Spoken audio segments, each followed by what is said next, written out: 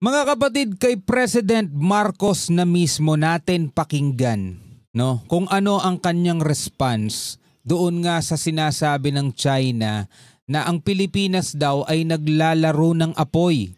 At mismong si President Marcos na mismo, mga tol, sa bibig niya mismo manggagaling na kung bakit niya sinabi ang mga sinabi niya doon sa interview doon sa India, no, sa first post, mga tol. Sa pagkakataong ito, mga kapatid, panonoorin natin courtesy of RTVM, no, at mula rito sa Rappler. Sabi rito, Marcos, Philippines will be drawn and dragged, kicking and screaming if war erupts over Taiwan. Sabing gano'n ni Marcos, mga tol, ni President Marcos. What fire? Anong apoy? Kasi nga sabi ng China, di ba, naglalaro daw tayo ng apoy eh. President Ferdinand Marcos Jr. doubles down on the Philippines needing to prepare if war erupts over independently governed Taiwan. Hope is not a plan. Hindi tayo dapat umasa na hindi matuloy yan. Sana wag matuloy. Kailangan natin may nakaset na plano.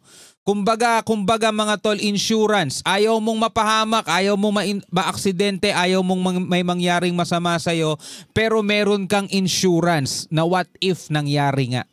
No? Said the President in a press conference on Monday, August 11, mga tol. Ngayon yan, ngayon mismo. So bagong-bagong balita ito, mga tol.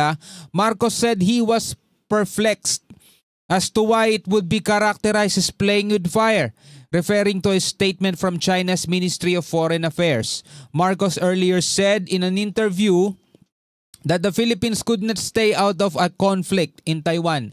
When asked if Manila would allow its treaty ally, the United States, to use its resources should China invade the island, sabi nga ganon. He also reiterated that the Filipinos would not back down, even as China again uses water cannons against Philippine ships in Scarborough Shoal, mga tol. Sabi ganon ni President Marcos, sa ayaw at sa gusto natin, wala tayong magagawa. Madadamay at madadamay tayo kapag pumutok ang digmaan sa pagitan ng China at ng Taiwan. Okay, para makuha natin ang buong detalye, mga tol, panoorin na lang natin mismo si President Marcos sa kanyang mga pahayag. No? Bago natin to simulan, huwag mong kalimutan mag-subscribe. Click mo na rin ang notification bell para ma-notify ka whenever na may mga bago tayo reaction video tulad nito. Huwag na natin patagalin pa. Panoorin na natin to, mga tol. This is a breaking story, Mr. President. Two BFAR vessels in Bajo de Masinloc were just water cannon today. Two BFAR, no? Sa Scarborough Shoal, Bajo de Masinloc, winater cannon na naman ngayong araw na to, sabing ganon, mga tol. Dalawang BFAR vessel ang winater cannon ulit ngayon ng China Coast Guard sa Bajo de Masinloc. Two BFAR vessels in Bajo de Masinloc were just water cannon today. Yeah. And there's a heavy flotilla of Chinese vessels, more than our vessels from the PCG and BFAR. They have around 30 vessels and we have 10, so we are outnumbered. Grabe, ang dami nun. Obviously. What immediate actions will the administration take specifically for this particular incident, and how will you respond, sir, to China's complaint regarding your recent statement in India, in your state visit to India? Ngayon yan, ngayon mismo yan. Let's take the second part of your question first. I don't know what they're talking about. Playing with fire? Playing with fire? I was just stating facts. We do not want to go to war. But I think if there is a war over Taiwan, we will be drawn. Hihilain tayo sa aya't gusto natin. Kicking and screaming. We will be drawn and dragged into that mess. Whatever you do, come on, wag na tayong hope. I love this saying, hope is not a plan. I hope it doesn't happen. I hope it doesn't. Diba? Yun yung sinasabi natin, diba, sa mga reaction video natin. Sana hindi mangyari yun. Sana hindi matuloy. Sana. Diba? Hindi. Ano naman yan, mga tol, normal yan sa isang tao na syempre, kung papipiliin ka, dun ka sa kapayapaan, dun ka sa mga bagay na masasabi nating mas okay to. Syempre gusto natin lagi komportable. Pero tulad nga ng kalagayan ni PBBM o kalagayan ng ating bansa na napakalapit lang sa Taiwan, Sabing gano'n ni PBBM, sa ayaw at sa gusto natin, mahihila tayo. Kaya hindi niya daw maintindihan kung ano yung sinasabi ng China, naglalaro tayo ng apoy. 'Di ba? Wag na tayong wag na tayong maglokohan dito, mga tol. Ang sinasabi rito ni PBBM, hindi natin gusto ng gera. Pero kung sakaling magkaroon na ng gera doon, wala tayong choice. Sabing gano'n, mahahatak at mahahatak tayo. But if it does, we have to plan for it already. And that's what I was talking. Balikan natin na konti. Huwag na tayong hope. I love this saying, hope is not a plan. I hope it doesn't happen. I hope it doesn't. But if it does, we have to plan for it already. And that's what I was talking about. Yung planong sinasabi niya. How do we get our people out? How do we protect kung magkagulo, gera na nga dito. Malapit na sa atin. Anong gagawin natin? Okay lang, normal lang yan. Pababayaan na lang natin. Kung sino pasok labas dito sa atin. Hindi naman pwede yun. Naalala ko bigla yung mga netizen, mga anti-Marcos, yung iba doon, puro mga DDS. Nagsasabing, nagagalit sila sa mga sundalo natin. Lalo na nung sinabi yan ni General Bronner. Kung naaalala ninyo yun, si General Bronner na yung unang nagsalita, magiging involved ang Pilipinas dahil meron tayo mga OFW doon. Diba? Nagalit yung mga netizen, mga tol. At ngayon, mga kapatid, sinasabi ni President Marcos dito, hindi naman natin pwedeng pabayaan yung mga kababayan natin doon. Kailangan kumilos ang ating sandatahan. Talagang sila ang papupuntahin doon, mga tol. Diba? Para ilikas yung ating mga kababayan. At yun yung ikinagagalit ngayon ng China. Hindi daw natin dapat ginagawan dahilan yun para manghimasok, sabing gano'n ng China. Hindi daw dapat natin dinadahilan yung mga OFW na nandoon sa Taiwan. Napakalabo naman nun. Alam yun, pabayaan na lang natin. Kung kayo tatanungin, bilang mga mamamayang Pilipino, anong gagawin natin? Pabayaan na lang sila doon? Iyaan nyo na. Basta wala tayong gagawin. Stay put lang tayo rito. Iyaan nyo sila magkagulo doon. Yung mga OFW natin, saka na pagtapos na yung gera. Pwede ba yun? Diba? So we'll have to do something. So inevitably, despite our fervent wish to avoid any confrontation with anybody anywhere, war over Taiwan will drag the Philippines kicking and screaming. Kicking, screaming. Nakakaano pakinggan eh. Kicking and screaming. Into the conflict. That is what I was trying to say. That's what I don't understand. And I think because of the narrative coming out about playing with fire and being provocative and all of that, kaya nagka-increase ng activity. Yun yung sinasabi niya. Dahil daw dun sa ganong naratibo ng China na tayo ay naglalaro ng apo, yun yung dahilan kung bakit na ngayon ay mas dumami, nagka-increase yung puwersa ng China dito ngayon sa may Baho de Masinloc. Kung saan, dito lang din natin narinig ngayon, mga tol, ay winater cannon muli ng China etong ating mga barko. Doon sa West Philippine Sea. But what special instructions I have? We don't have any special instructions. Sanay na tayo rito. You know, it is not a one thing na there's no silver bullet na pag pinaputok mo, solve lahat ang problema mo. Actually, pag nagpaputok nga tayo, mas lalong lalala ang problema eh.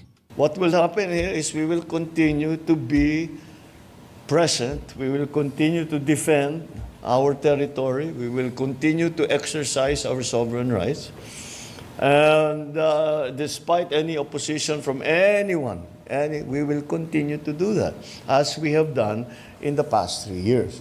Kahit na anong pagkontra pa, opposition ng kahit na sino, ipagpapatuloy pa rin yung ating paggiit sa ating karapatan dito sa West Philippine Sea. Comment kayo sa ibaba, mga kapatid, kung kayo ba'y sang-ayon sa sinasabi rito ni PBBM. Alright? Pwede kayo magbigay ng komentaryo nyo sa ibaba. Now, we do not intensify our operations, we just respond. Hindi naman tayo aggressive eh. Tama. Ano lang tayo, dumidepensa lang tayo. Mm-hmm. So that's the situation there, unfortunately. Actually, kumbaga sa boxing nga, mga tol, ganito. Habang sinusuntok tayo ng kalaban, nakakover lang tayong ganun. Pero hindi tayo tumutira, hindi tayo sumusuntok pabalik. Sa totoo lang ha mga kapatid, kung iahambing natin to sa boxing, 'di ba? Habang ginagawa tayong punching bag, nakasalag lang tayo pero hindi tayo sumusuntok pabalik. Kasi kinakatakutan natin mga tol, once na sumuntok tayo pabalik, biglang mag-aakyatan yung lahat ng kanyang buong team at gugulpihin na tayo. Yun ang ating kinakatakot mga tol. We are, I think, for propaganda purposes, misinterpreted. But the Philippines is not. We are constant in our defense of the territory, of the state, of the population of the Republic of the Philippines. Ganun lang ang trabaho namin. Ganun lang ang aming gagawin. Wala tayong interes na pasukin kahit sino, na puntahan na kahit sino, sugurin kahit sino. Wala tayong ka-interes dyan. Pinapalala lang talaga ng China yung sitwasyon mga tol. Sa mga ganung pahayag ni President BBM, do mga kapatid, di ba, nagbigay tayo ng reaction dyan, meron sigurong mas maayos na pahayag si PBBM, sasabihin niya siguro, hindi kami maikisali sa gera, pero kung sakasakaling idadamay kami ng China, kailangan namin protektahan yung sarili namin. Parang gano'n na lang yun kung sakasakali. Pero wala, nasabi niya na yun eh. Pero tama naman yung sinasabi niya mga tol. Na wala tayong interes manghimasok sa gera na may gera. Wala tayong interes mga tol pumasok sa gera, manugod ng kahit na sino. Tayo ay nagre-react lang bilang pagtatanggol, pagprotekta sa ating karapatan, sa ating teritoryo na inaagaw mula sa atin. Diba? Sana nga yung ginagastos natin for defense and security, hindi na kailangan. Kung saan natin magagamit yan. We can use it for agri, for housing. We can use it for job creation. We can use it. But we have to do this because we are... Kaso wala pagkakamali nga ng Pilipinas yun Dahil dapat noon pa natin ginagastusan ang ating depensa. Hindi sana tayo ganito kahina ngayon. Pero tama din naman si PBBM. Dapat nga hindi natin ginagastusan yan Diba? Ang ginagastos na lang natin sana yan sa maraming bagay na makakatulong sa mga Pilipino. Pero in reality, hindi talaga pwede. At nakita natin ang resulta pag hindi natin ginastusan ang ating depensa. O yan, hindi ginawa ng mga naunang leader ng bansa. Saan napunta? Korupsyon. O tingnan nyo ngayon. Piruin mo, yung area natin. 'Di ba? Ang Pilipinas natin isang archipelago. Napapalibutan ng mga tubig pero kakaunti lang yung Coast Guard vessel natin. Piruin mo yun. Under threat. We are forced to do this. We do not want to do this. We are forced to do this. We do not want any kind of confrontation with anyone. We want to build a better, stronger, freer, safer Philippines. That's what we are working for. Parang ganito lang din yan mga tol. Nina-elaborate ko lang din kasi. Meron kang isang building. Never mong nanaisin na pasukin ka ng mga magnanakaw. Never mong gugustuhin na pasukin ka ng mga masasamang loob. Pero, kailangan mong gastusan yan ng security. Kailangan mo mag-hire ng mga security guard. Aarmasan mo yung mga yan. Diba? Pwede mo sanang gamitin yon para mapalago pa yung business mo. Yung perang gagamitin mo sana para sa seguridad. Pero, hindi mo pwedeng gawin kasi yon dahil kailangan mo talaga ng security. Kung hindi, papasukin ka ng masasamang loob. Hindi natin kontrolado ang ating nasa paligid. Mga tol, hindi natin pwedeng i-expect na gagawan tayo ng mabuti ng kapwa natin dahil mabuting tao tayo. Hindi tayo pwede mag-expect ng ganun. Porket tinulungan mo ito, tumutulong ka sa kapwa mo, ine-expect mo lahat ng kabutihan babalik sa iyo. Hindi. May masama't may masamang mag-iisip na gawan ka ng masama, mga tol. Kaya ganun din dito sa Pilipinas. As much as possible, syempre ayaw natin ng gulo. Pero hindi natin pwedeng pabayaan yung ating security. Diba?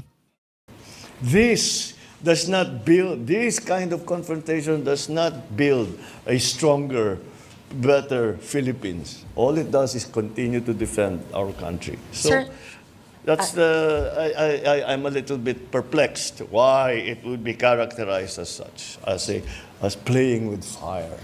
Sir, so right now, our vessels there in Bajo de Masinloc will not be instructed to back out. We will just continue to stay there We at have this never point. instructed any of our vessels All to right. back out. Thank you, sir. Never. Never. But Di tayo we atras. have to always, when we do not back out because natakot tayo, umatras tayo. Alam mo, I don't know about other places, pero dito sa gobyernong ito, hindi tayo umaatras sa laban. We are brave. Filipinos are brave. But we do not. Sinong Pinoy na gusto magkagera? Sino? Kahit maganap ka para sa akin, kahit isa. Kahit yung sundalo, kahit yung Coast Guard, ayaw nila ng gulo. Tama.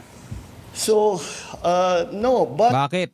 Kasi kahit mga sundalo yun mga tol, may mga pamilya yun na gusto nilang makasama. O, ang sundalo mga tol, once na sumabak sa gera, hindi niya alam kung makakabalik pa siya. Yan ang katotohanan. Kaya kung sila tatanungin, ayaw din nila mga tol. Pero yun kasi sinumpaan nilang tungkulin. Mahal nila yung bansa natin di ba? Pero hanggat maaari, ayaw nilang magkaroon ng ganyan. But at the same time, we have a duty to perform, and that is to defend the country. So no, we never back down. We always continue to do. Our uniformed personnel, the Navy, the Coast Guard, the Army, the Marines, all of them, the Air Force, all of them are pledged. They took an oath. And they're just doing their duty, they're performing their mission, defend the Philippines. Yun lang naman ang ginagawa nila. And we will not stop doing it. We will not stop doing it. We will stop doing it when the threats stop. Tigil na yung mga threat. We can all sit more safely at home and mas magiging magaan ang kalooban natin kapag ganun ang sitwasyon. Ang problema wala makasarili sa Kim. Etong kalaban natin mga tol. Ay nako, bilang mga Pilipino, ano ang inyong masasabi dito sa pahayag ni President Marcos? Comment na lamang kayo sa ibaba. Hanggang sa muli mga tol, ako nga pala si Shobaldi. Peace out.